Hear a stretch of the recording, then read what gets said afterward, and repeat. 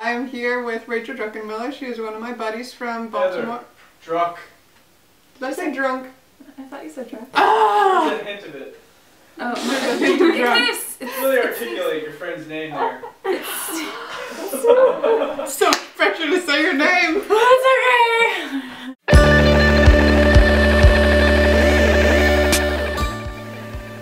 Welcome back to Life in the Party. I am here with my friend Rachel Druckenmiller. She is a health coach and she lives in Baltimore. And I am really excited to have her here to talk to us about eating well and being healthy. She just has a really cool philosophy that I wanted to make sure that you all heard. So she's going to be on a lot of videos with us this year, and I wanted to have her here for an intro video. Hey everyone, I'm Rachel and I'm super excited to be here with you, Heather. I was pretty stoked to see the first video come out. So I just want to tell you guys a little bit about what I'm about. As Heather mentioned, I'm a health coach and I'm certified in culinary nutrition as well, so I love food. And a lot of times when someone like me kind of comes into the picture, there's this assumption that, well, this person's always been healthy, they kind of don't really have to try, they've always been kind of weird and liked foods that nobody else likes or can pronounce or identify.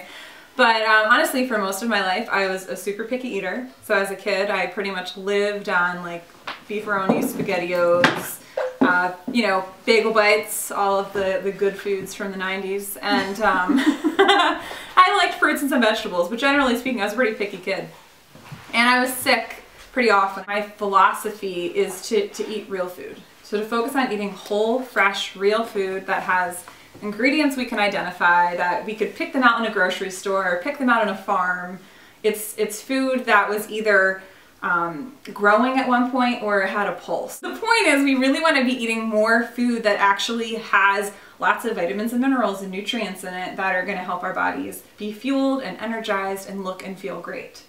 And so I definitely, you're not going to hear me talk about calories. I don't subscribe to that mentality that calories in, calories out. We will get rid of that. We will not talk about dieting. We will not talk about fake foods. And I'm not at all about diet and depriving. There's a lot of reasons why I wanted Rachel to come talk to us. She does know what it's like to want a bagel bite. And she's just really good at answering questions because she knows where I'm coming from and where a lot of people are coming from. And she's all about baby steps. She's not like, all right, tomorrow you're eating a kale wrap. Like, tomorrow I'm not eating a kale wrap. So, the one thing I will mention too is that you'll notice, because we're going to be talking about different like foods and recipes, I write a blog called Rachel's Nourishing Kitchen. Check it out. And all the recipes on there are dairy-free and gluten-free.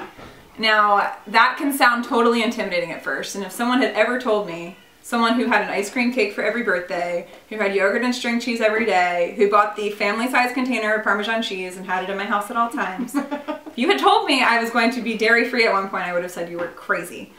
But for me, right? Where I'm at, yeah. Crazy, right? Like there's no way. Yeah. There's no way. Cheese, you know, it's a tough food. That's one of the things I hear most often is like, I can never give up cheese. Yes. So anyway, so the point is not to get you to do anything. It's a matter of making you aware. I try to convey the why behind, you know, the reasons why I do things. And for me, for my body, the things that helped me heal, one of the things was to crowd out. I focus on upgrading and crowding out. So how do we make better choices no matter where we are? And to crowd out the stuff that's not really serving us. And for me, dairy and gluten were not serving my body, and they were two of the reasons why I was sick so often, not feeling well, having all these issues and symptoms that were just not fun to deal with. And once I got rid of them, for me, things like congestion went away, postnasal drip went away, skin issues went away, digestive issues got better, bronchitis, ear infections, I mean, gone. They're gone. So for me, I definitely have a bias, but it's based on personal experience, and it's based on also reading the work that other experts have written about it. So just to make that clear, that the goal is not to force anyone to eat a particular way, because the key focus is just whole, fresh, real food. That's first and foremost. Just kind of a little disclaimer. There you go. So if anybody has questions about nutrition, we're going to pass them on to Rachel, and please ask us questions so we know what you want us to, to talk about. And I'll put all her information in the description box below, so you can follow her on Facebook, go to her blog. Twitter, I sort of pretend like I do Twitter.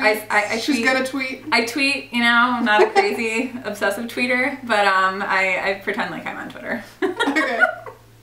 All right, so that's it, right? Yeah. That's it.